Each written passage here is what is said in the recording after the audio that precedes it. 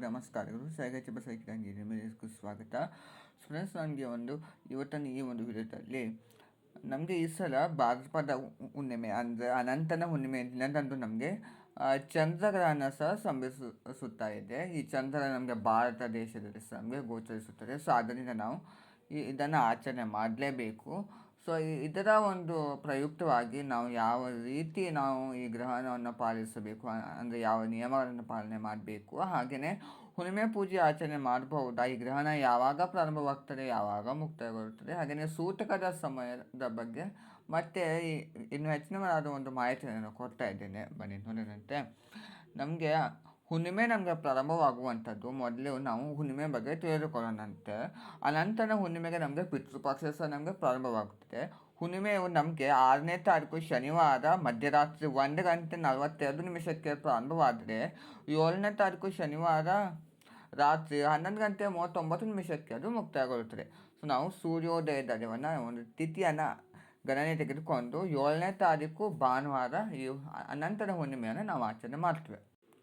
ಹಾಗೆಯೇ ಚಂದ್ರಗ್ರಹಣ ಯಾವಾಗ ಪ್ರಾರಂಭ ಅನ್ನೋದಾದರೆ 7ನೇ ತಾರೀಕು ರಾತ್ರಿ 9:57 ಪ್ರಾರಂಭವಾದರೆ 1:27 ಅದು ಮುಕ್ತಾಯಗೊಳ್ಳುತ್ತದೆ. ನಮಗೆ ರಾತ್ರಿ ಪ್ರಾರಂಭವಾಗಿದ್ದು ಮಧ್ಯರಾತ್ರಿಯಲ್ಲಿ ಅದು ನಮಗೆ ಮುಕ್ತಾಯಗೊಳ್ಳುವಂಥದ್ದು. ಸೊ ನಮಗೆ ಈ ಸಲ 7ನೇ ತಾರೀಕು ರಾತ್ರಿಯಿಂದಲೇ ನಮಗೆ ಚಂದ್ರಗ್ರಹಣ ಪ್ರಾರಂಭವಾಗಿಬಿಡ್ತದೆ. ಹಾಗೆಯೇ ಒಂದು ಸೂತಕದ ಸಮಯ ಅನ್ನೋದಾದರೆ ಚಂದ್ರಗ್ರಹಣ ಅಥವಾ ಸೂರ್ಯಗ್ರಹಣ ಯಾವುದೇ ಗ್ರಹಣವಾಗಿರಲಿ ಅದಕ್ಕೆ 9 ಗಂಟೆ ಮುಂಚೆಯೇ ನಮಗೆ ಒಂದು ಸೂತಕದ ಅವಧಿ ಪ್ರಾರಂಭವಾಗ್ತದೆ. ಆ ಸೂತಕದ ಅವಧಿಯಲ್ಲಿ ನಾವು ದೇವರ ಪೂಜೆನೂ ಸಹ ನಾವು ಮಾಡೋದು ಬರುವುದಿಲ್ಲ. ಸೂತಕದ ಅವಧಿ ಅನ್ನೋದಾದರೆ ನಮಗೆ ಈ ಸೂತಕ ಪ್ರಾರಂಭವಾಗುವಂಥದ್ದು ಮಧ್ಯಾಹ್ನದಲ್ಲೇ ನಮಗೆ ಪ್ರಾರಂಭವಾಗಿಬಿಡ್ತದೆ. ಮಧ್ಯಾಹ್ನ 12:57 ಪ್ರಾರಂಭವಾದರೆ ಚಂದ್ರಗ್ರಹಣದ ಒಂದು ಮುಕ್ತಾಯದ ಹಂತದಲ್ಲಿ ಅದು ನಮಗೆ ಮುಕ್ತಾಯಗೊಳ್ಳುವಂಥದ್ದು. ಅಂದರೆ ಇನ್ನು ಸರಳವಾಗಿ ತಿಳಿಸ್ಕೊಡ್ಬೇಕು ಅನ್ನೋದಾದರೆ ಮಧ್ಯಾಹ್ನ 12:57 ಪ್ರಾರಂಭವಾಗಿ ಮಧ್ಯರಾತ್ರಿ 1:27 ಮುಕ್ತಾಯಗೊಳ್ಳುತ್ತದೆ. ಸೊ ನಮಗೆ ಇಷ್ಟರವರೆಗೆ ನಮಗೆ ಒಂದು ಸೂತಕದ ಒಂದು ಮಾನ್ಯತೆ ಸಹ ಇರುವಂಥದ್ದು. ಈ ಚಂದ್ರಗ್ರಹಣ ಯಾವ್ಯಾವ ದೇಶಗಳಲ್ಲಿ ಗೋಚರಿಸುತ್ತದೆ ಅನ್ನೋದಾದರೆ ಏಷ್ಯಾ, ಯುರೋಪ್, ಭಾರತ ದೇಶದಲ್ಲಿ ಹಿಡಿದು ಏಷ್ಯಾ, ಯುರೋಪ್, ಆಫ್ರಿಕಾ, ಆಸ್ಟ್ರೇಲಿಯಾ ಇನ್ನು ಕೆಲವೊಂದು ಭಾಗಗಳಿಗೆ ಅದು ನಮಗೆ ಗೋಚರವಾಗುವಂಥದ್ದು.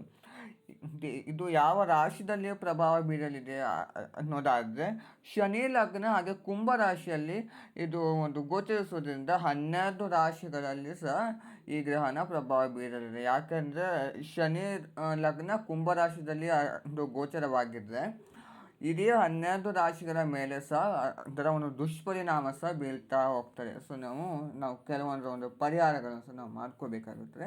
ಅದ್ರ ಬಗ್ಗೆ ನಾನು ನಂತರದ ವಿಡಿಯೋದಲ್ಲಿ ತಿಳಿಸ್ಕೊಡ್ತಾ ಹೋಗ್ತೀನಿ.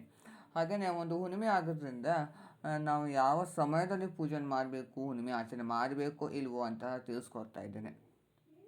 ನಮಗೆ ಹುಣ್ಣಿಮೆ ಆಚರಣೆ ಮಾಡಲಿಕ್ಕೆ ಏನು ತೊಂದರೆ ಆಗಲ್ಲ. ಆದರೆ ನಾವು ಬೆಳಿಗ್ಗೆನೇ ನಾವು ಪೂಜೆ ಮಾಡಿಕೊಳ್ಳುವಂಥದ್ದು ತುಂಬಾ ಒಳ್ಳೆಯದು. ಭಾನುವಾರ ನಾವು ಬೆಳಿಗ್ಗೆ ಬ್ರಾಹ್ಮಿ ಮುಹೂರ್ತ ಮಾಡಿಕೊಂಡ್ರೆ ತುಂಬಾ ಒಳ್ಳೆಯದು.